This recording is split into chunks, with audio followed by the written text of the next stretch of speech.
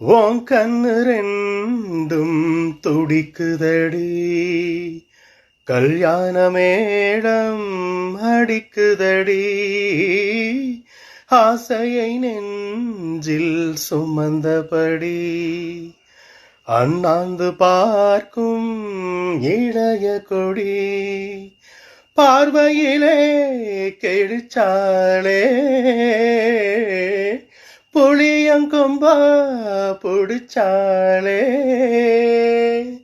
வேரோடதான் மனச பறிச்சாளே, ஆவாரம்பூவு 6-7 நாளா நான் போகும் பாதையில் காத்திருக்கு, ஓ நுனி மூக்கு ஏனம்மா வேர்த்திருக்கு.